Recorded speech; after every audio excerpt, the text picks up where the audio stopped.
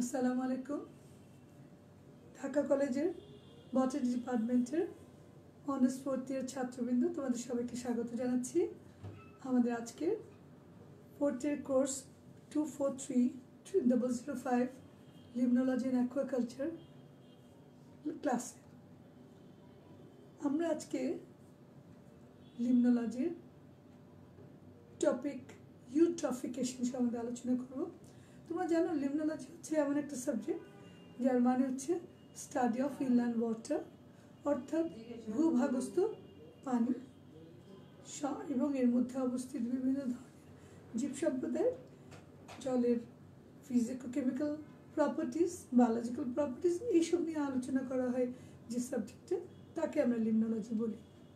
আর aquaculture তো তোমরা জানোই, এখানে যে সমস্ত পানিতে জলাশয় যে সমস্ত কিছু আমরা চাষ করি, ফার্মিং করা হয়, যেমন মুক্তা চাষ করি আমরা, মাছের চাষ করি আমরা, শামুক চাষ করি, বিভিন্ন চাষের ইভেন ম্যানুয়াল হাইপোটেক বিভিন্ন চাষ করি, সেগুলো আমাদের অ্যাকুয়াকালচারের অন্তর্ভুক্ত। তো আজকে আমরা সেই লিমনোলজির যে টপিকটা পড়বো, বললাম ইউট্রফিকেশন। আমাদের আগের দিন আমরা বলেছিলাম যে আমরা আমাদের বিষয়বস্তু ইউট্রফিকেশন। ইউট্রফিকেশন কথাটার মানে কি আমরা যদি দেখি, ইউট্রফিকেশন কথাটি শব্দটি দুটো ওয়ার্ডের একটা কম্বিনেশন থেকে এসছে, ইউ ইউ। তবে এই ইউ শব্দটা আগে শুনেছ কখন? সো ইউ মানে হচ্ছে ট্রু বা প্রকৃত।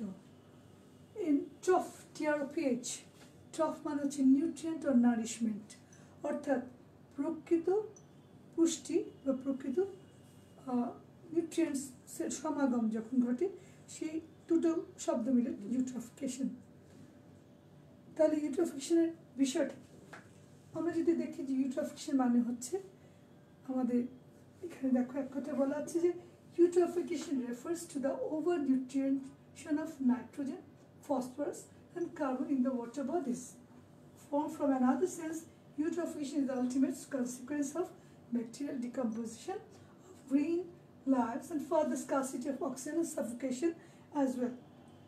লাস্ট আমরা একটা কথা বলেছি, process of ageing of water bodies. আসলে বলতে কি বোঝাচ্ছি আমরা? আসলে ইউট্রফিকেশন হচ্ছে একটা পদ্ধতি যেখানে জলাশয়ের মধ্যে পুষ্টির আগমন ঘটে।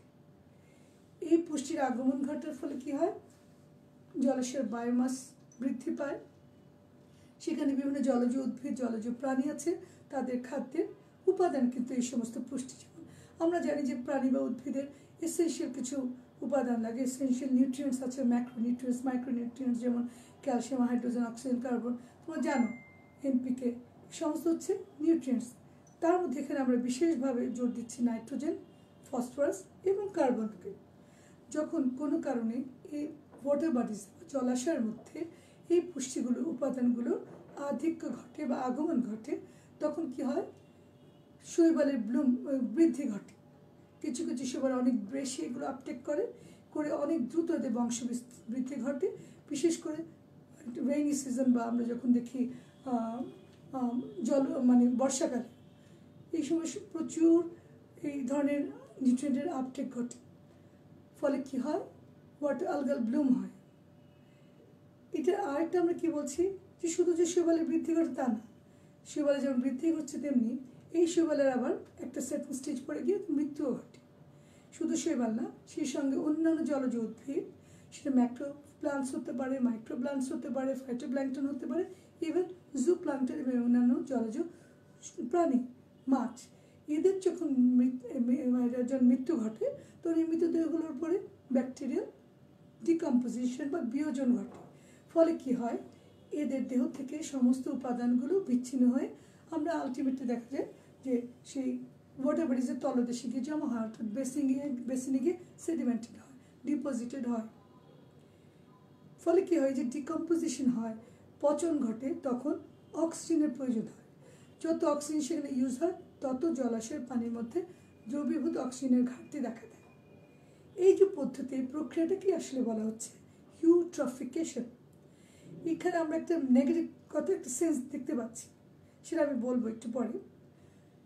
আরেকটা দেখো, আমরা বলেছি it's a process of ageing of water reservoir, অর্থাৎ এইটা আসলে একটি এমন একটা পদ্ধতি যার মাধ্যমে একটি জলাশয়ের তার বয়সে বৃদ্ধি ঘটে। আমরা জানি সব কিছু জীবের বয়সে বৃদ্ধি ঘটে, তো জলাশয় তো একটা কোনো জীব না, কিন্তু একটা সজীব বস্তু নয়। কিন্তু আমাদের এখানে দেখি যেখানে আমাদের সজীব অর্থাৎ জীবের বসবাস আছে, এখানে একটা নতুন যদি পুকুর কাটি সেখানে কি হয়, পানিগুলো স্বচ্ছ থাকে, টলটলা, একদম উপর থেকে অনেকখানি পর্যন্ত দেখা যায়, ট্রান্সপারেন্ট থাকে। কিন্তু যতই দিন বাড়তে থাকে, যত বয়স বাড়তে থাকে পুকুরটার, 2 বছর 3 বছর 10 বছর 15 বছর পর যাবে দেখবে প্রথমবারের মতো পানিটা কিন্তু স্বচ্ছ বা ওরকম থাকে না, একটা সার্টেন লেভেল পর্যন্ত আলো পাস করে তারপর যেতে পারে না। এটার কারণ হচ্ছে কি, এই পুকুরটার বয়স বাড়ার কারণে সেখানে পুষ্টি উপাদান যোগ হয়েছে, সেখানে বিভিন্ন অ্যাকুয়াটিক প্লান্টস, অ্যাকুয়াটিক অ্যানিমালসের আগমন ঘটেছে এবং সেই সঙ্গে কিছু নিউট্রিশনের ঘটনা আগমন হচ্ছে। This process is known as ageing, অর্থাৎ জলাশয়ের বয়স বাড়ার প্রক্রিয়া। তাহলে এখানে আমরা বুঝতে পারলাম যে এটা একটা সময়ের সঙ্গে নির্ধারিত প্রসেস, যেখানে যতই দিন যাবে ইউট্রফিকেশন বাড়তে থাকবে। তবে এখানে একটা বলি, ইউট্রফিকেশন এমন একটা বিষয় যার সঙ্গে আমরা দূষণের একটা সম্পর্ক দেখতে পাই। দূষণ আমরা জানি দূষণ, যখনই কোনো কিছু দূষণ হয় মানে যে পরিমাণ থাকার উচিত, যদি আমরা বায়ু দূষণ বলি, বায়ুর যে উপাদানগুলো, সেই উপাদান যে পরিমাণ থাকা উচিত, তার যদি কোনো কিছুর ঘাটতি বা বাড়তি থাকে, হ্রাস বৃদ্ধি ঘটে, তখন আমরা তাকে বলি দূষণ। তেমনি পানির ক্ষেত্রে বলি যে কোনো এর উপাদানগুলোর যা যেমন থাকার অপটিমাম লেভেল থেকে যখনই ক্রস করে ইদার এটা হ্রাস ঘটবে অথবা বৃদ্ধি ঘটবে, ইট বিকামস পলিউশন। তো ইউট্রফিকেশন আসলে ইউট্রফিকেশন আমাদের জন্য কাম্য, যে একটা সীমা রেখা পর্যন্ত ইউট্রফিকেশন আমাদের জন্য কাম্য, কিন্তু একটা নির্দিষ্ট সীমার পর এটা দূষণের পর্যায়ে চলে যায়। তো সেটা আমরা পরে আসছি। তো আমরা ইউট্রফিকেশন, আমার মনে হয় তোমরা বুঝতে পেরেছো, ইউট্রফিকেশন হচ্ছে আমার একটা পদ্ধতি যার মাধ্যমে একটি জলাশয়ের বয়স বৃদ্ধি ঘটবে এবং সেই সময় সেখানে কিছু নিউট্রিয়েন্টসের আগমন ঘটবে, বিশেষ করে নাইট্রোজেন, ফসফরাস এবং কার্বন। ফলশ্রুতিতে কী হবে, অক্সিজেনের ব্যবহার বেড়ে যাবে এবং আলটিমেটলি অক্সিজেনের ঘাটতি হবে। তো এই ইউট্রফিকেশন কত প্রকার হতে পারে আমরা একটু দেখি। ইউট্রফিকেশন সাধারণত 2 রকম হতে পারে, ন্যাচারাল ইউট্রফিকেশন এবং কালচারাল বা আর্টিফিশিয়াল। ন্যাচারাল বা প্রাকৃতিক, ন্যাচারাল ইউট্রফিকেশন অর্থাৎ প্রাকৃতিক ইউট্রফিকেশন এবং কালচারাল ও আর্টিফিশিয়াল ইউট্রফিকেশন। প্রথমটা তোমরা বুঝতেই পারছো, ন্যাচারাল অর্থাৎ প্রাকৃতিকভাবে যেটা ঘটে থাকে, যেটা প্রাকৃতিক নিয়মে মানুষের কোনো হস্তক্ষেপ ছাড়াই যখন এই ইউট্রফিকেশন ঘটে, অর্থাৎ জলাশয়টা ধীরে ধীরে বয়স বাড়ে, তার মধ্যে বিভিন্ন ধরনের নিউট্রিয়েন্টসের আগমন ঘটে, সেই প্রসেসটাকে আমরা বলছি without interference of human activities. Eutrophication that is caused by the normal process of nature, not interfered by human activities, is termed as natural eutrophication. অর্থাৎ মানুষের হস্তক্ষেপ ব্যতীত যে ইউট্রফিকেশন হচ্ছে সেটা হচ্ছে প্রাকৃতিক ইউট্রফিকেশন। 2 নম্বরে আমরা দেখতে পাই এটা, এবং এই ন্যাচারাল আর্টিফিশিয়াল ইউট্রফিকেশন একটু সময়ের সঙ্গে একটু সময় টাইম কনজিউমিং, সময়ের সাপেক্ষ ব্যাপার। এটা কি করে, এটার জন্য এই ইউট্রফিকেশন হওয়ার জন্য অনেক সময় লাগে, ধীরে ধীরে বাড়তে থাকে, যত দিন যাবে ততই ইউট্রফিকেশনের মাত্রা বাড়তে থাকবে এবং আলটিমেটলি কী হয়, সমগ্র জলাশয়টার মধ্যেই এই পুষ্টির আগমন ঘটে।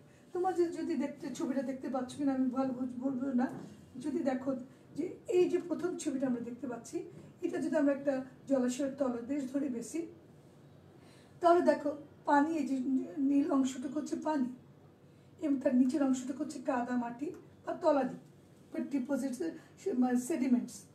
তো এইটুকুন পর্যন্ত আমরা পানি দেখতে পাচ্ছি এবং নিচে দেখো গভীর জলের মাছ আমরা যাদের বলি, যারা একটু নিচের দিকে থাকে বড় বড় মাছ, সেগুলো দেখা যাচ্ছে এবং উপর দিকে উদ্ভিদ দেখা যাচ্ছে।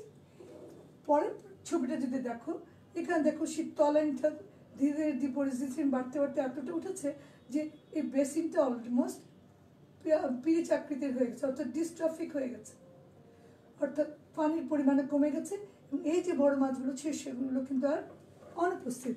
সেই গভীর জলে মাছ আমরা যাদেরকে বলি তা থেকে আমরা ডিপ ওয়াটার ফিশ এখানে পাবো না। অল্প মাছ পানিতে যে সমস্ত মাছগুলো থাকে শুধু তাদের আমরা দেখতে পাবো। যে সমস্ত জীব প্রাণী উদ্ভিদ থাকে তারাই কেবল এখানে বিদ্যমান। তাহলে এই যে প্রসেসটা, এটা ন্যাচারাল প্রসেসে ধীরে ধীরে এইটা ইউট্রফিকেশন ঘটেছে, অর্থাৎ এটা একটা লম্বা সময়ের ব্যাপার। এবং এই ধরনের জিনিসগুলো কোথায় হয়?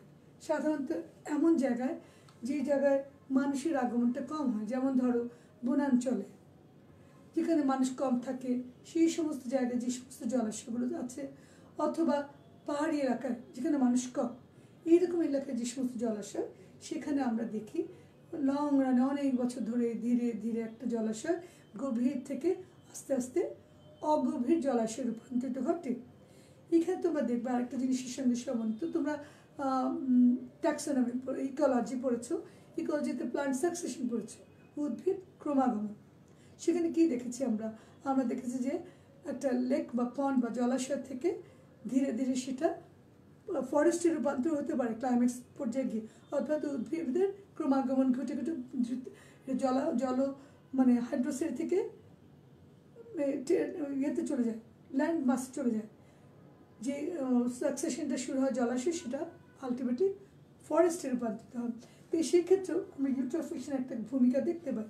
তাহলে ন্যাচারাল প্রসেসে ইউট্রফিকেশন সাধারণত মানুষের হস্তক্ষেপ ছাড়া হবে, প্রাকৃতিক উপায়ে ঘটবে এবং একটু লম্বা সময় ধরে এই ব্যাপারটা ঘটে থাকে। এখানে মানুষের ইয়েটা কম থাকে। এরপরে আমরা দেখব কালচারাল বা আর্টিফিশিয়াল ইউট্রফিকেশনটা কী। এইটা আসলে প্রথমত এবং প্রধানত মানুষের একটা প্রধান ভূমিকা থাকে এখানে। মানুষের সরাসরি হস্তক্ষেপের মাধ্যমে সাধারণত ঘটে থাকে। যেমন আমরা একই পুকুর দেখছি, একই জলাশয় দেখছি যে অনেকখানি পানি আছে, গভীর জলাশয়, তার নিচের কাদা তলানি অনেক পানি, কিন্তু এলাকাটা কোথায় দেখো, আশেপাশে দেখা যায় ইন্ডাস্ট্রি, মানুষের বসতি, এই সমস্ত জায়গায় মানুষের সরাসরি হস্তক্ষেপের ফলে বিভিন্ন জায়গা থেকে, ওই ইন্ডাস্ট্রি থেকে, তারপরে সে যে কৃষিক্ষেত্র আছে সেখান থেকে বিভিন্ন ধরনের ধোঁয়ানি বা আমরা যাদেরকে রানঅফ বলি, রানঅফের মাধ্যমে বিভিন্ন উপাদান, পুষ্টি উপাদান এসে পুকুরে বা জলাশয়ে পড়ছে। ফলশ্রুতিতে কী হচ্ছে, পুকুরের বা জলাশয়ের পুষ্টি উপাদান বেড়ে যাচ্ছে, অর্থাৎ ইউট্রফিকেশন ঘটছে। এটা আরেকটু সহজ করে যদি বলি, আমরা অনেকে মাছ চাষ করি, তো আমরা একটা জলাশয়ে যখন মাছ চাষের জন্য মাছের পোনা ছাড়লাম, তখন আমরা কী করি, মাছের খাবার ছাড়ছি।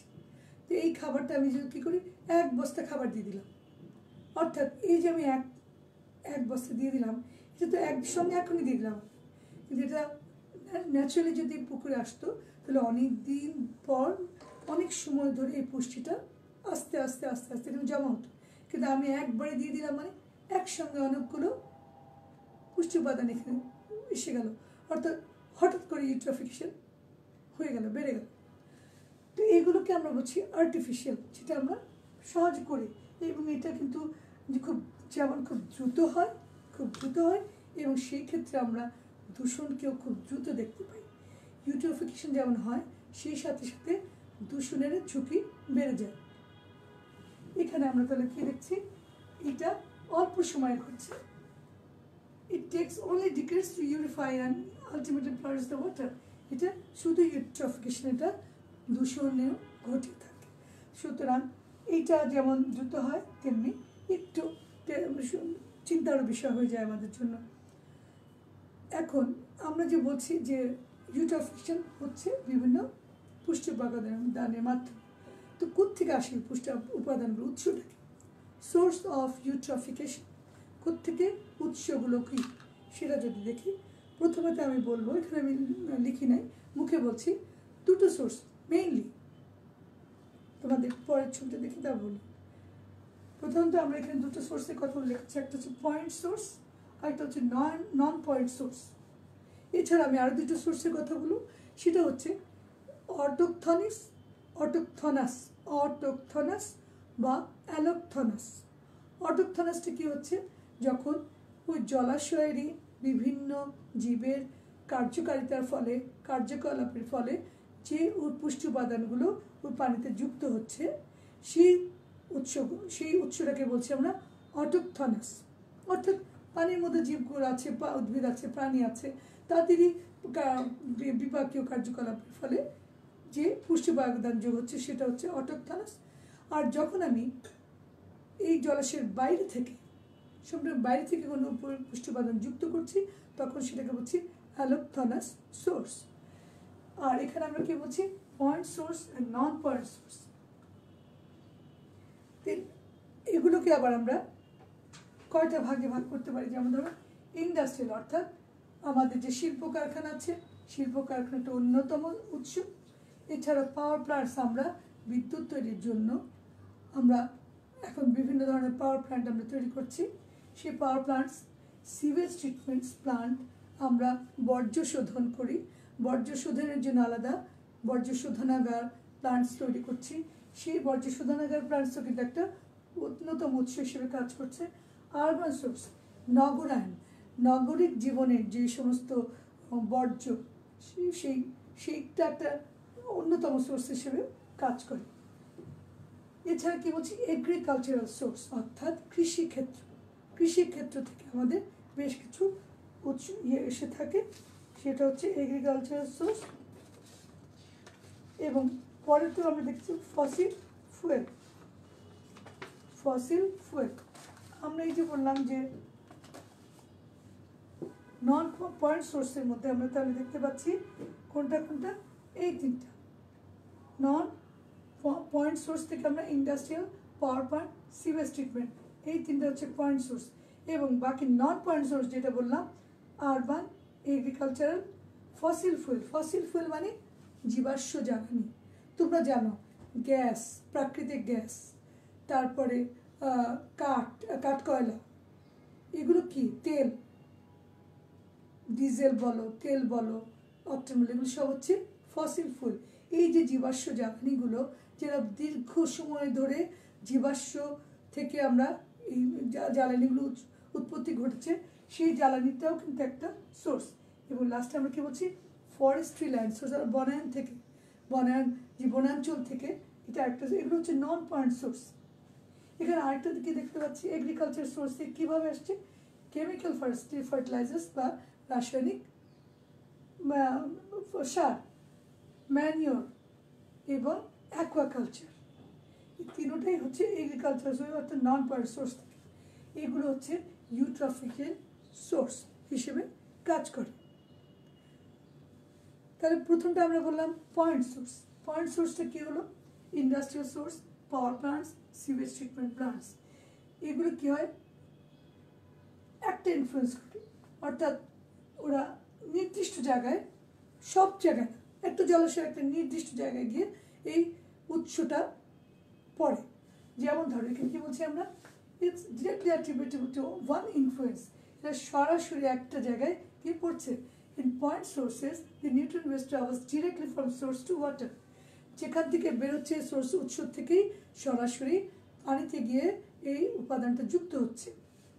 যেমন দেখো ইন্ডাস্ট্রিয়াল সোর্স, এই শিল্পক্ষেত্রের কলকারখানার যে সমস্ত বর্জ্যগুলো, ওরা কী করে, একটা নির্দিষ্ট পাইপ দিয়ে, একটা নির্দিষ্ট নল দিয়ে, একটা নির্দিষ্ট ড্রেনেজ সিস্টেমের মাধ্যমে সরাসরি জলাশয়ের মধ্যে পড়ছে।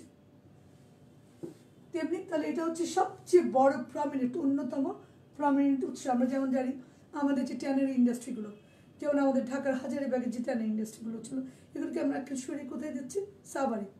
তো হাজারীবাগের ট্যানারির জন্য আমাদের কী হচ্ছে, বুড়িগঙ্গা নদীটা প্রায় মৃত, কারণ এই ট্যানারির বর্জ্যটা সরাসরি ড্রেনেজ সিস্টেম বলো, পাইপের মাধ্যমে বলো, সরাসরি গিয়ে পড়ছে বুড়িগঙ্গা নদীতে।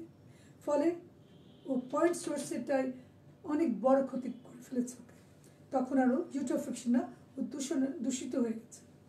2 নম্বরটা আমরা দেখতে পাই পাওয়ার প্ল্যান্টস। পাওয়ার প্ল্যান্টস বা যেখানে আমাদের বিভিন্ন ধরনের শক্তি, বিদ্যুৎ শক্তি তৈরি হচ্ছে, সেখানে কী হচ্ছে, একটা specific emitting points through which waste are emit. এখানকার বর্জ্যগুলো, এই পাওয়ার প্ল্যান্টের বর্জ্য, গরম পানি বলো, বিভিন্ন ধরনের তেজস্ক্রিয় বস্তু বলো, সবগুলো একটা নির্দিষ্ট জায়গা দিয়ে জলাশয়ের মাধ্যমে পড়ছে। সেখানে যে শুধু সাধারণ দ্রব্য যাচ্ছে তা না, কিন্তু সেখানে অনেক রেডিওঅ্যাক্টিভ উপাদানও যুক্ত হচ্ছে জলাশয়ের মধ্যে, যেটা আমাদের জন্য খুব অ্যালার্মিং, খুবই ভয়ের ব্যাপার। 3 নম্বরে দেখতে পাচ্ছি সুয়েজ ট্রিটমেন্ট প্ল্যান্টস, অর্থাৎ বর্জ্য শোধনাগার বা বর্জ্য ট্রিটমেন্ট প্রসেস, যেটাকে আমরা বলছি। Treatment process releases oxides of nitrogen and phosphates in effluents which drain into water bodies. এখানে কী দেখি আমরা নাইট্রেট অক্সাইড তৈরি, নাইট্রোজেনের বিভিন্ন নাইট্রাস অক্সাইড, নাইট্রিক অক্সাইড এবং ফসফেটস, এগুলো গিয়ে এই লবণগুলো সরাসরি গিয়ে পড়ছে ওই পানির মধ্যে, যা কিনা সরাসরি ইম্প্যাক্ট ফেলছে ওই জলাশয়ের। অর্থাৎ প্রাথমিক অবস্থায় ইউট্রফিকেশন ঘটাচ্ছে, পরবর্তীতে একটু আধিক্য ঘটলে সেটা আরও ইউট্রফিকেশন থাকে না, দূষণের পর্যায়ে পড়ে যায়। পরেরটা দেখো নন পয়েন্ট সোর্স। নন পয়েন্ট পলিউশন, একে আমরা রান অফ পলিউশনও বলে থাকি। আসলে আমরা বলতে চাচ্ছি ইউট্রফিকেশন, কিন্তু এই জিনিসগুলো অনেক ক্ষেত্রে আমরা বলেছি যে রেগুলেটেড হয় না বলে পলিউশনের হয়। কেন আমি একটু পরে বলছি সেগুলো। এটা 3-4 ধরনের উৎস থেকে, সাধারণত নন পয়েন্ট সোর্স 4 ধরনের উৎস হচ্ছে আরবান সোর্সেস, অর্থাৎ যারা নাগরিকরা, যারা নাগরিক জীবন অভ্যস্ত, তারা তাদের এই ওয়েস্ট বর্জ্যগুলো খুব হ্যাফাজার্ডলি এখানে সেখানে ফেলে। একটা নির্দিষ্ট জায়গায় যে ফেলবে সেরকম করে না, হয়তো ডাস্টবিন আছে, ডাস্টবিনের মধ্যে ফেলে সেখান থেকে সিটি কর্পোরেশন সংগ্রহ করে নিয়ে যায়, কিন্তু দেখবে যে যেখানে ডাস্টবিন তার আশেপাশের বেশ কিছু এলাকা জুড়ে আমরা ডাস্টবিন বানিয়ে ফেলি।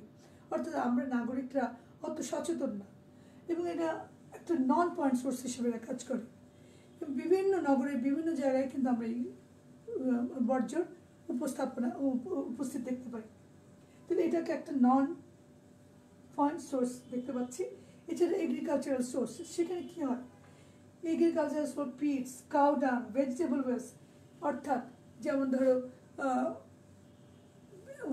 আমাদের শস্য ক্ষেতের মধ্যে আমরা ম্যানিউস দিই, আমরা সার দিই, রাসায়নিক সার, জৈব সার, যে ধরনের সারটাই দিই, ওখানে আমরা আবার কী করি, ইরিগেশন করি, সেচ করি। সেচের মাধ্যমে কী হয়, যেটুকু পানি উদ্ভিদ নিল, বাকি কিছু পানি অবশ্যই সেখান থেকে গড়িয়ে চলে আসে। কোথায় চলে আসে, ওই সেই জলাশয়ে চলে আসে। অর্থাৎ সে পানি যখন আসে, সে একা আসে না, তার সাথে নিয়ে আসে ওই রাসায়নিক সারের কিছু অংশ, ওই ম্যানিউস, ওই কাউডাং, ওই কিছু পেস্টিসাইড, ইনসেকটিসাইড, অর্থাৎ কীটনাশক, বা যেমন বিভিন্ন পোকা কীটনাশকগুলো ব্যবহার করে, তারপরে সার ব্যবহার করে, এইসব রাসায়নিক সার, পেস্টিসাইডস, এগুলো সব হার্বিসাইডস, সব কিন্তু পানির সঙ্গে মিশে ধোঁয়ানি হিসেবে চলে আসে জলাশয়। তো এটা একটা ভেরি ইম্পর্ট্যান্ট ইউট্রফিকেশনের নন পয়েন্ট সোর্স।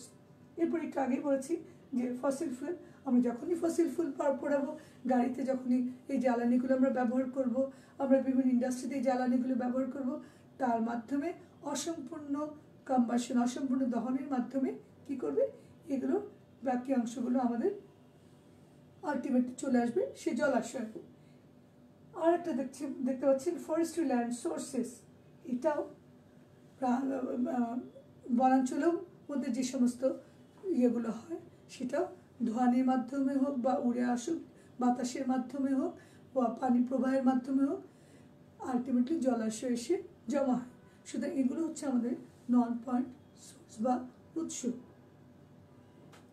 এখন আমরা দেখি যে এগুলো ইউট্রফিকেশনের কারণ। আমরা যে সোর্সগুলো বললাম, এই সোর্সগুলোই আসলে কারণ, কিন্তু সেটা কেমন করে কাজ করে। যেমন ধরো, এক নম্বর discharge of partially treated or untreated sewage. আমরা যে আমাদের প্রণালী বা পয় নিষ্কাশনের মাধ্যমে আমরা যে সুয়েজ, যে বর্জ্যগুলো আমরা বের করে দিই বাসা বাড়ি থেকে, অফিস আদালত থেকে, বিভিন্ন সংস্থা থেকে, সেগুলি কী হয়, এগুলো কিন্তু সম্পূর্ণ আমরা শোধন করে পাঠাই না। আমরা যে সলিড ওয়েস্ট, আমাদের বর্জ্য অনেক রকম হতে পারে। একটা হচ্ছে সলিড ওয়েস্ট, অর্থাৎ যেগুলো শক্ত কঠিন বর্জ্য, আরেকটা হচ্ছে লিকুইড ওয়েস্ট, যেগুলো তরল বর্জ্য। আমরা যখন সলিড ওয়েস্টগুলো আমরা ডাস্টবিনে ফেলি, কী করে, আমরা সেখানে কিন্তু কোনো বাছাই করে দিই না। আমরা বিভিন্ন ধরনের বর্জ্য, ডোমেস্টিক ওয়েস্ট, মেডিকেল ওয়েস্ট সব বর্জনই এক ডাস্টবিনে ফেলে দিচ্ছে, এখানে কোনো আলাদা করছে না এবং সেগুলোকে শোধনও করছে না। যদি শোধন করাও সেগুলিকে হচ্ছে পার্শিয়ালি আংশিক ট্রিট করে অথবা আনট্রিট করে, অধিকাংশ ক্ষেত্রে আনট্রিটেড থাকে, অল্প ক্ষেত্রে শোধন করে দেওয়া হয়। তারপর কী করে, natural run off nutrient from the soils and the weathering of rocks. কী করে, সাধারণ যদি মাটির মধ্যে যদি আমি একটু পাহাড়ি এলাকা ধরি, তাহলে পাহাড়ি এলাকায় স্বাভাবিকভাবেই বৃষ্টি হোক, পানি জলকের মাধ্যমে পাথর বা মাটিগুলো কী হয়, ধীরে ধীরে উইদারিং প্রসেস হয়, অর্থাৎ শিলাস্তরের মধ্যে পানি পরে সেখানে যে বিক্রিয়া ঘটে সেই প্রক্রিয়াটাকে আমরা উইদারিং, ধীরে ধীরে শিলা থেকে মাটিতে রূপান্তর ঘটছে এবং যে রূপান্তর ঘটছে এরা আস্তে আস্তে কী হয়, পানির মাধ্যমে ধোয়ানি হয়, অর্থাৎ রান অফ হয়ে জলাশয়যুক্ত হচ্ছে। এরপর আমরা দেখতে পারি রান অফ ইনঅর্গানিক ফার্টিলাইজার, যেটি একটু আগে আমরা বললাম অজৈব ফার্টিলাইজার বা সারগুলো পানির মাধ্যমে চলে আসছে।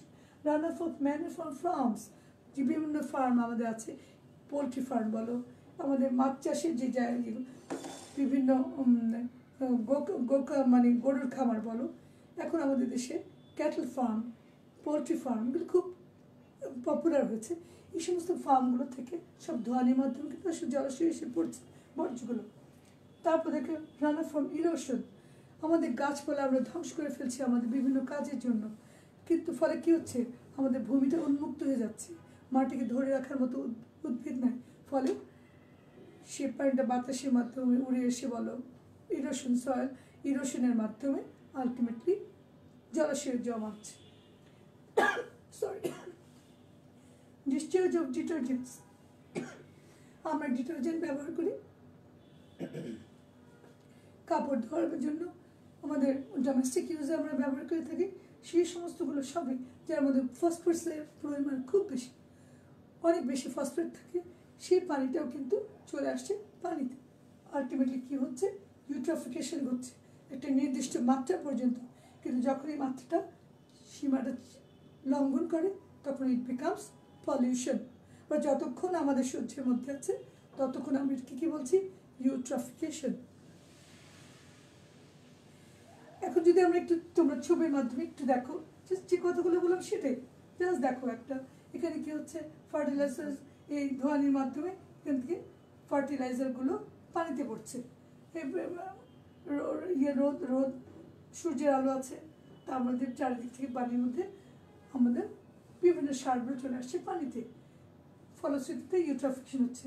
2 নম্বর ইনক্রিজ প্ল্যান্ট গ্রোথ, আমার এই ফার্টিলাইজারটা আসলো, ফলে কী হলো, এটা কিন্তু উদ্ভিদের জন্য খাবার, এখানে যে সমস্ত জলজ উদ্ভিদ হচ্ছে ওদের বৃদ্ধি গ্রোথ বাড়ছে, ওরা লাক্সারিয়ান্ট গ্রোথ হচ্ছে অনেকের, কোনো উদ্ভিদের জন্য তার প্রিয় খাবার ফসফেট বা নাইট্রোজেন পেয়ে গেলে সে অনেক বেশি দ্রুত বৃদ্ধি পায়। এখানে কি হয়, দেখা যায় যে কোনো একটা বিশেষ গোষ্ঠী উদ্ভিদ অনেক বেশি বৃদ্ধি পেয়ে ব্লুম তৈরি করে ফেলে এবং কী করে, অন্য উদ্ভিদকে সে সেখানে জন্মাতে দেয় না, সেখান থেকে অ্যান্টাগনিজমের মাধ্যমে বের করে দেয়, অর্থাৎ একটা আধিপত্য বিস্তারের ব্যাপার এসে যায়। তার ফলেও কিন্তু আমাদের ইউট্রফিকেশন ঘটছে। Decrease light in lower levels of water, ফলে কী হয়, নিচের দিকে জলের নিচের দিকে লাইটের পরিমাণ কমতে থাকে, কারণ আমাদের পানির মধ্যে তো দ্রবীভূত নিউট্রিয়েন্টের পরিমাণ বেড়ে যাচ্ছে, ফলে স্বচ্ছতা কমে যাচ্ছে, লাইট পুরোপুরি শেষ পর্যন্ত পৌঁছাতে পারছে না, কারণ পানিটা অস্বচ্ছ হয়ে যাচ্ছে। তারপর দেখো plants in lower levels of water to die, নিচের দিকে যে সমস্ত উদ্ভিদগুলো আছে সেগুলো ধীরে ধীরে তারা মৃত্যুবরণ করছে, ফলে কী হচ্ছে, ইউট্রফিকেশন হচ্ছে।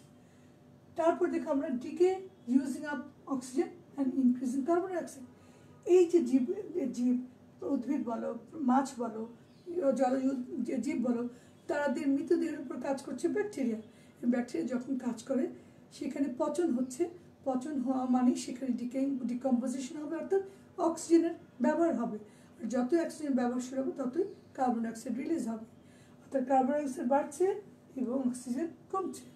এছাড়া আর কী হচ্ছে, মাছ এবং অন্যান্য জলজ প্রাণীর মৃত্যু ঘটছে। এটাই আমরা আবার একটা 5টা স্টেজের মাধ্যমে ইউট্রফিকেশন প্রসেসটা দেখতে পাচ্ছ। এক জিনিস আমরা বলছি নিউট্রিয়েন্টস আপলোড, অর্থাৎ নিউট্রিয়েন্টসের সমাবেশ ঘটছে।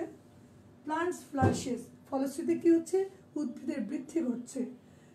আলগাল ব্লুমস অক্সিজেন ডিপ্লিটেড, কিছু কিছু শৈবালের অতি বৃদ্ধির কারণে সেখানে আলগাল ব্লুম তৈরি হচ্ছে এবং অক্সিজেনের ঘাটতি দেখা দিচ্ছে। ফোর্থ ফেজে গিয়ে দেখছি আমরা ডিকম্পোজিশন ফার্দার ডিপ্লিটস অক্সিজেন, ডিকম্পোজিশন বাড়তে শুরু করছে, অক্সিজেনের আরও ঘটতে শুরু করলো। এবং লাস্ট এবং শেষ পর্যায়ে গিয়ে আমরা কী দেখি? একটা ইকোসিস্টেম বলতে যা বোঝায়, একটা বাস্তুতন্ত্রের মধ্যে একটা উৎপাদক, একটা খাদক, একটা বিয়োজক, এদের যে সাম্য অবস্থা থাকার কথা, যে পরিমাণ থাকার কথা, সেই ব্যালেন্সটা রক্ষিত হয় না, ভেঙে যায়। আর তখনই আমরা কী বলছি? ডেথ অফ ইকোসিস্টেম, অর্থাৎ ইকোসিস্টেমটা ব্রেকডাউন করে। সো যতক্ষণ পর্যন্ত ইকোসিস্টেম ঠিক থাকে ততক্ষণ পর্যন্ত ইউট্রফিকেশন ইজ ওকে। যে মুহূর্তে ইকোসিস্টেম থাকতে পারে, ব্যালেন্স রক্ষা করতে পারে না, দেন ইট বিকামস পলিউশন। এখন এই পলিউশন তোমরা নিশ্চয়ই এতক্ষণ থেকে বুঝতে পেরেছো ইম্প্যাক্ট কী হতে পারে। অবশ্যই ইম্প্যাক্ট দুই ধরনের, এটা যেমন ভালো দিকও আছে তেমনি নেতিবাচক দিকও আছে। আমরা তাহলে বলছি এটার প্রভাব, ইউট্রফিকেশনের প্রভাবটা দুরকম হতে পারে। এটা পজিটিভ আর বেনিফিশিয়াল ইম্প্যাক্টস, আর একটা হচ্ছে নেগেটিভ বা নেতিবাচক বা ক্ষতিকর হার্মফুল ইম্প্যাক্টস, দু ধরনেরই হতে পারে। আমরা দেখি, প্রথমে আমরা দেখে নিই যে নেতিবাচক ইম্প্যাক্টটা কী হতে পারে। নেগেটিভ ইম্প্যাক্ট প্রথমত আমরা চারটা ভাবে আমরা নোটিস করেছি, আইডেন্টিফাই করছি। নেতিবাচক প্রভাবটা হতে পারে প্রথমত ecological impact, human health impacts, socio economic impacts and others. Ecological অর্থাৎ আমাদের বাস্তুতান্ত্রিক পরিবেশগত যে প্রভাব, সেটা একটা হয়। আরেকটা হয় কি মানব স্বাস্থ্য, মানুষের স্বাস্থ্যের উপর সরাসরি প্রভাব বিস্তার করে। তৃতীয়ত আমাদের আর্থ সামাজিক ব্যবস্থার উপরে সরাসরি প্রভাব দেখা যায়। এবং এছাড়া আরও বিভিন্ন ধরনের ইম্প্যাক্ট আমরা দেখতে পাই। এই সোশিও ইকোনমিক ইম্প্যাক্টসের ক্ষেত্রে আমরা আর কি দেখি? Impact on recreation and tourism, very important. আমাদের লিমনোলজি যখন সাবজেক্টটা 1900 শতকে প্রথম যখন ফ্লারিশ করেছিল ইউরোপে, পরবর্তীতে এটা আমেরিকায় বিস্তার লাভ করে। আমরা জানি যে limnology, father of limnology is known as professor F.A. Forel, François Forel. উনি যখন লিমনোলজিটার গোড়াপত্তন করেন, পরবর্তীতে ফ্লারিশ করেন, তখন তার প্রধান একটা ফ্লারিশ করার কারণ ছিল কিন্তু এই recreation and tourism, eco tourism. তোমরা বিভিন্ন দেশে এখন যাবে, দেখবে আমাদের দেশে এখন হচ্ছে ইকো পার্ক। তারপরে দেখবে সেখানে আগে কিন্তু আমরা পার্ক টার্ক করতাম, কিন্তু পানির সম্পর্ক খুব একটা ছিল না। এখন তোমরা যতই দেখবে বিভিন্ন ধরনের অ্যামিউজমেন্ট পার্কগুলোতেও আমরা পানির একটা ব্যবহার দেখতে পারি। সেখানে কি থাকে? বাচ্চাদের সুইমিংয়ের একটা ব্যবস্থা থাকে,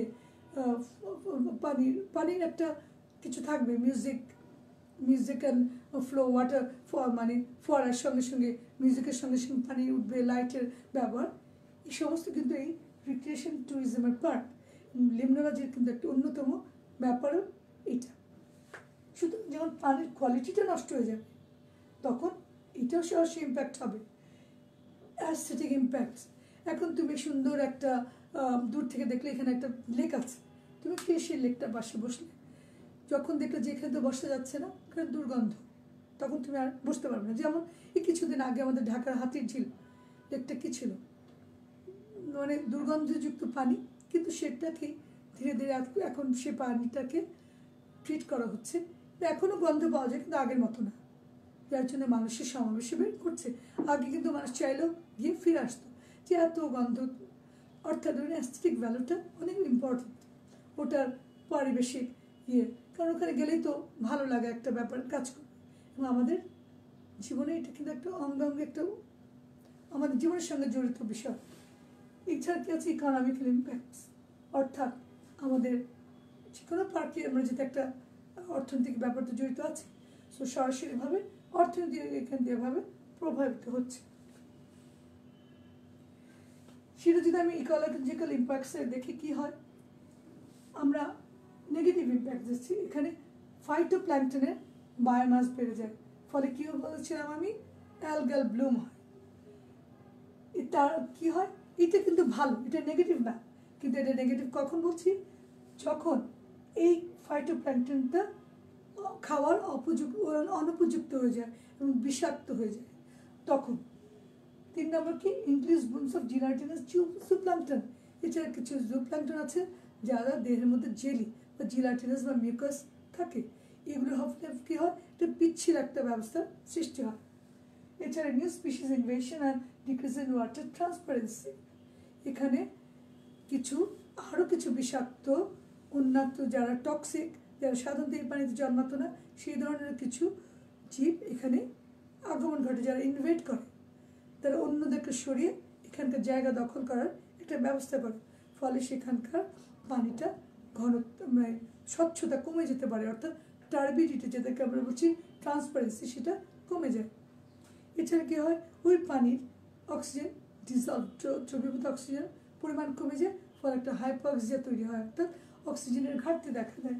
এবং লাস্টলি আমরা দেখতে পাই যে ম্যাক্রো অ্যালজি, অর্থাৎ বড় বড় আকারের যে অ্যালজিগুলো তাদের ইনক্রিজ হয়।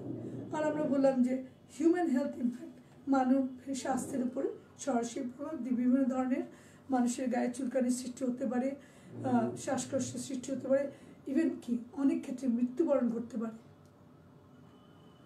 আমরা অর্থনৈতিক ইম্প্যাক্টের ক্ষেত্রে দেখি যে এখানে কী করে, যে পানির কোয়ালিটিটা নষ্ট যদি হয়, কোয়ালিটি যদি ঠিক না থাকে, তাহলে আমরা যে এখানে সুইমিং বা ওয়াটার গেম, পানির মধ্যে যে জলজ ক্রীড়াগুলো আছে, গেমসগুলো আছে, ওয়াটার গেম, সেগুলো ব্যাহত হচ্ছে। আমাদের ওয়াটার পোলো বা সুইমিং বা বোটিং, এগুলো আমরা করতে পারছি না, সেগুলোকে হ্যাম্পার করে যদি পানির কোয়ালিটিটা ভালো না থাকে। একটু আগে বললাম যে আলগাল ব্লুমের জন্য পানি একটা দুর্গন্ধ হতে পারে। এছাড়া আমরা কি বলছি যে এর ফলে যে আমরা যে পানিকে যে শোধন করতে হবে, শোধন করার জন্য যে ব্যয়, সেই ব্যয়টা অনেক গুণে বেড়ে যেতে পারে, যেটা কিনা মাছ চাষের জন্য, মৎস্য ইন্ডাস্ট্রির জন্য, শিল্পের জন্য একটা বড় হুমকি হয়ে দেখা দিতে পারে। আদার ইম্প্যাক্টসের মধ্যে কী আছে, increase vegetation may impede water flow and the movement of boats causing obstruction of navigation, অর্থাৎ নেভিগেশনকে বাধাগ্রস্ত করে, নৌ পরিবহনকে বাধাগ্রস্ত করে। তোমরা অনেক সময় দেখবো আমরা কচুরিপানাকে কী করি, কচুরিপানা অতিমাত্র হয়ে গেলে নদীতে অনেক সময় দেখা যায় লঞ্চ, স্টিমার বা বড় বড় জাহাজ চলাচল করতে বাধাগ্রস্ত হয়, অর্থাৎ নেভিগেশন হ্যাম্পার হয়। একই অবস্থা আমরা ঘটতে দেখি যদি সেখানে অ্যালগাল গ্রোথ হয় বা অন্যান্য জিনিস ইউট্রফিকেশনের ফলে অন্যান্য যে সমস্ত জীব আমরা আশা করি তাদের ঘটলে পরে সেখানে নৌ পরিবহনে বাধা হিসেবে দেখা দিতে পারে। এছাড়া কী হয়, পানির কোয়ালিটি নষ্ট হলে খাবার অনুপযুক্ত হয়ে যায়। এছাড়া আমাদের কী হয়, যত বেশি ওর মধ্যে ডিজলভ দ্রবীভূত জিনিস থাকবে, ধীরে ধীরে তা নিচে গিয়ে জমা হতে থাকবে, অর্থাৎ তলানিতে জমতে আমাদের বেসিনটা, আমাদের জলাশয়ের যে তলদেশ, সেটা উপরে উঠে আসতে পারে, অর্থাৎ এটা ধীরে ধীরে ডিস্ট্রফিক হয়ে যাবে, অর্থাৎ একটা নির্দিষ্ট যে গভীরতা সেটা আর থাকবে না। এতক্ষণ তো নেগেটিভ সব কথা বললাম, নেতিবাচক। এবার দেখি আসলে ভালো কী হতে পারে। ভালোতে পজিটিভ ইম্প্যাক্টসের মধ্যে আমাদের বায়োডাইভার্সিটিটা বাড়বে, অর্থাৎ আমরা বললাম অন্য নতুন জীবের আগমন ঘটতে পারে, অর্থাৎ বায়োডাইভার্সিটি বৃদ্ধি পাবে। এটাকে যদি কোয়ালিটিটা ভালো থাকে, যখনই অ্যালজি বাড়বে, অন্যান্য উদ্ভিদের বৃদ্ধি ঘটবে, তখন কী হবে, ইকো ট্যুরিজমও বাড়বে। মানুষদের অ্যাস্থেটিক ভ্যালুর কারণে, বিভিন্ন কারণে এই জলাশয়ের কাছে আসবে, ফলে ইকো ট্যুরিজম বৃদ্ধি পাবে। এছাড়া কী হবে, আমাদের যে প্রোটিন সোর্স, আমাদের প্রোটিনের উৎস যে মাছ, সেই মাছের চাষ বৃদ্ধি পাবে, কারণ সেটাও কিন্তু সোর্সটা হচ্ছে এখানে। এছাড়া কী হবে, ওয়েস্ট রিমুভাল, অর্থাৎ এইডস ইন ওয়েস্ট রিমুভাল, আমরা দ্রুত বর্জ্য সরানোর একটা আমাদের মধ্যে কাজ করবে, যে না এখানে বর্জ্য রাখা যাবে না, সৎ হবে, তা তো অন্য সব কিছু হ্যাম্পার্ড হবে, শুধু দ্রুত বর্জ্য পরিষ্কার হবে। এগুলো সবই আমরা পজিটিভ ইম্প্যাক্টসের মধ্যে দেখছি। the positive are the sorry. এখন কিছু ছবি তোমাদেরকে দেখাচ্ছি, যেখানে দেখবে যে বিভিন্ন কিছু বাইরেতে দেশের চেহারা যেখানে ইউট্রফিকেশন ঘটেছে। যেমন ধরো পোটোম্যাক রিভার, এটা আমেরিকা যুক্তরাষ্ট্রের একটি বড় পুকুর নদী, যেটা ইউট্রফিক হয়ে গেছে। দেখো নদীর কিন্তু প্রবাহ থাকে, এখানে প্রবাহ একটা জায়গায় স্থির হয়ে আছে, প্রবাহিত হচ্ছে কিন্তু ধীরে। এটা একটা ইউট্রফিক রিভার। দ্বিতীয় ছবিটা তোমরা দেখতে পাচ্ছ, এটা হচ্ছে নর্থ আমেরিকার গ্রেট লেকস। আমরা জানি গ্রেট লেক একটা বিশাল লেক, অনেকগুলো অঞ্চল জুড়ে এর অবস্থা। এরপরে দেখো আমেরিকার ফ্লোরিডাতে লেক লামোনিয়া, এটা একটা ইউট্রফিক লেক। এছাড়া লেক বিওয়া জাপানে অবস্থিত, বিশাল একটা লার্জেস্ট ফ্রেশ ওয়াটার লেক। এটা একটা fresh water lake of Japan এটার সর্ববৃহৎ ফ্রেশ ওয়াটার লেক। এরপর আমরা দেখতে পাই লেক টাই আর লেক টাইহু, এটা হচ্ছে চায়নার অবস্থিত একটা ডেল্টা প্লেনের কাছে, সাংহাইয়ের কাছে এরকম একটা লেক, যেটা ইউট্রফিক।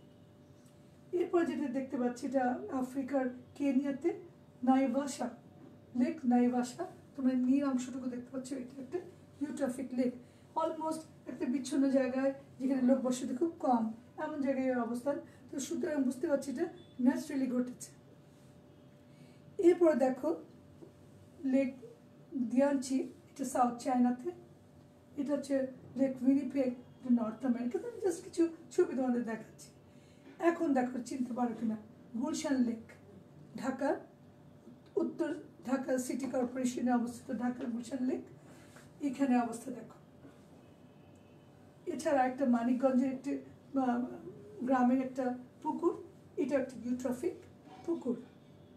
তারপর দেখো বান্দরবান, যেখানে আমাদের বসতি খুবই কম, পাহাড়ি অঞ্চল, সেরকম একটা জায়গায় এটা একটি ইউট্রফিক রিভার বান্দরবানের।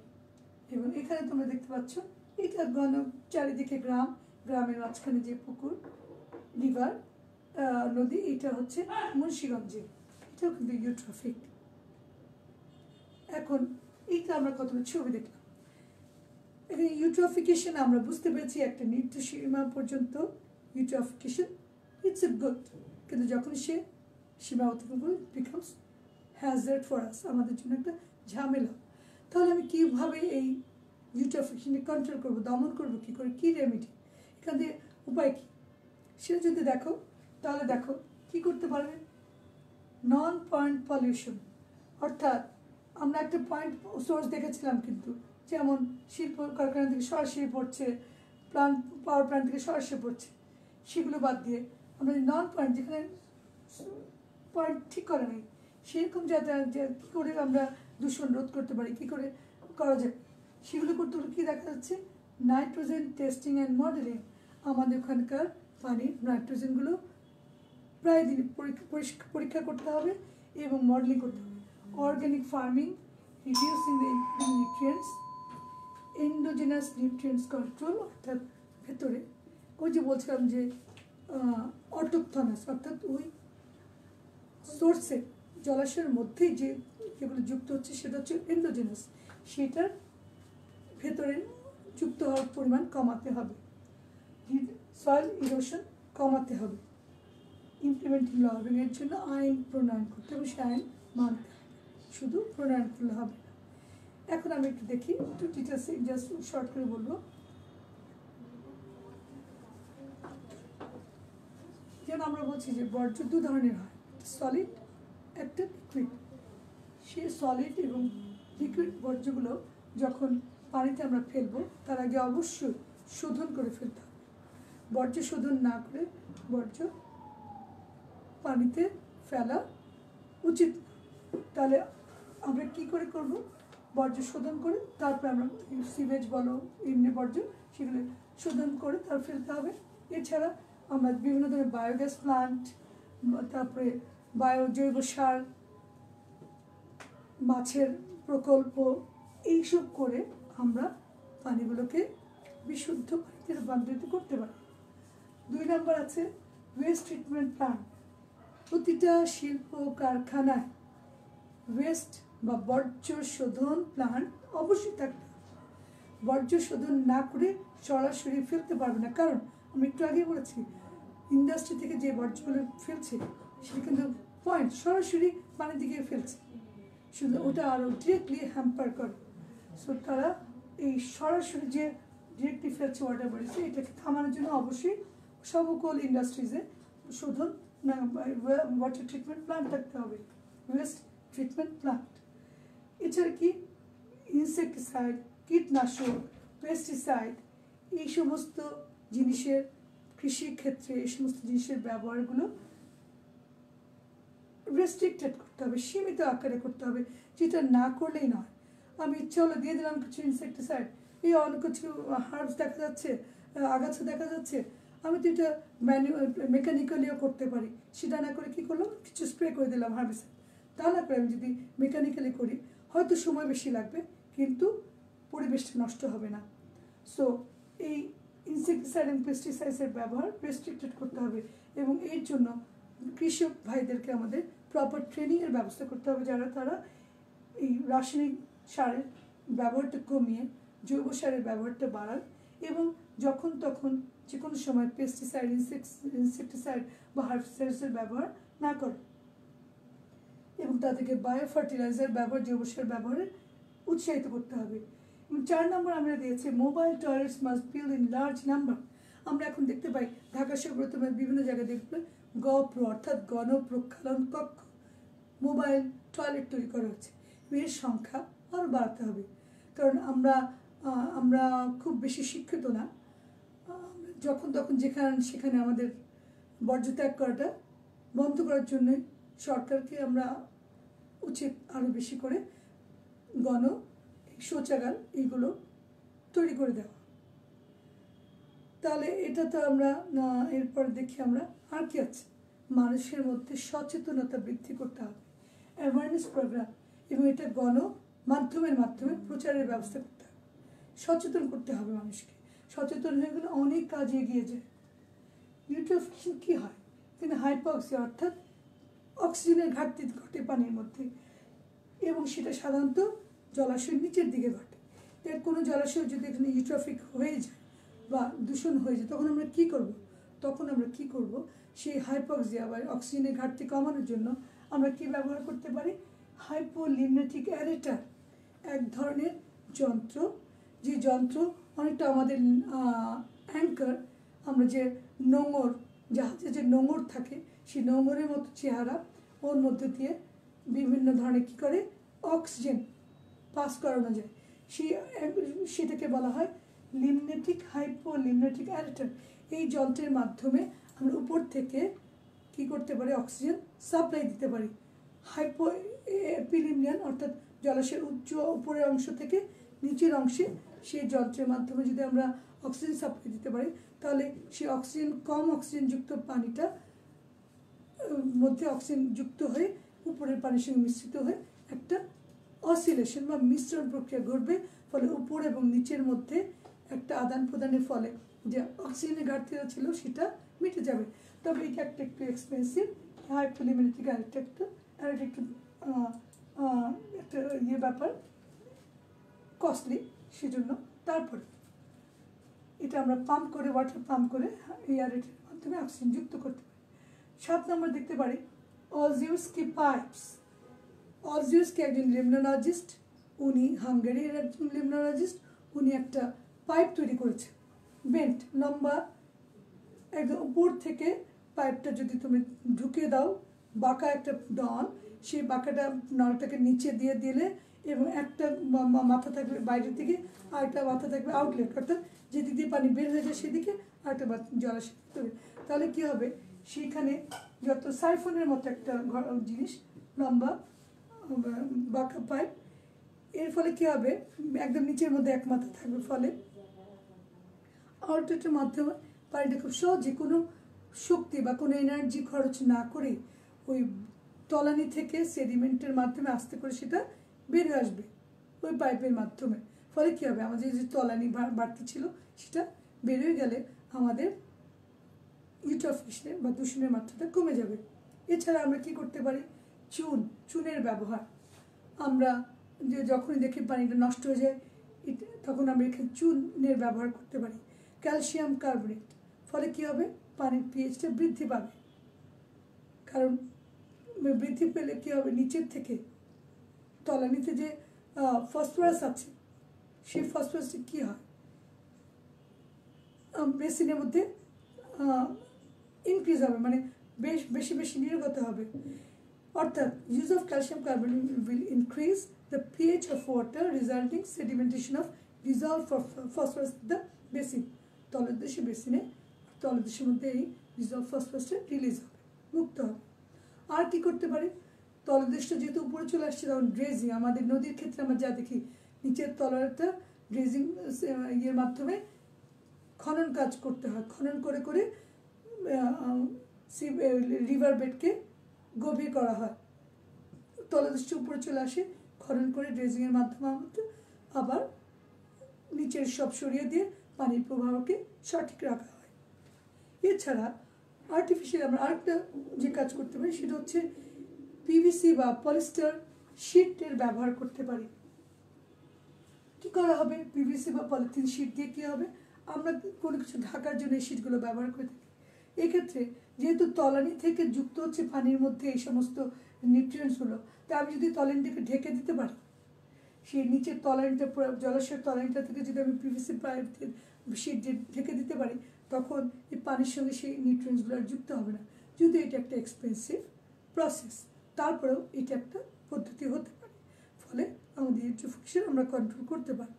তো এই ছিল মোটামুটি আমাদের কিভাবে আমরা দমন করতে পারি। আমরা আবার বলছি, এটা কিন্তু দূষণ না, একটা সীমা পর্যন্ত ইউট্রফিকেশন ইজ ভেরি গুড, এবং আমরা চাই যে এই জলাশয়টা ইউট্রফিক হোক, কিন্তু যখনই মাত্রা ছাড়িয়ে যাবে তখনই দূষণে রূপান্তরিত হবে, সেটা কিন্তু আমরা চাচ্ছি না।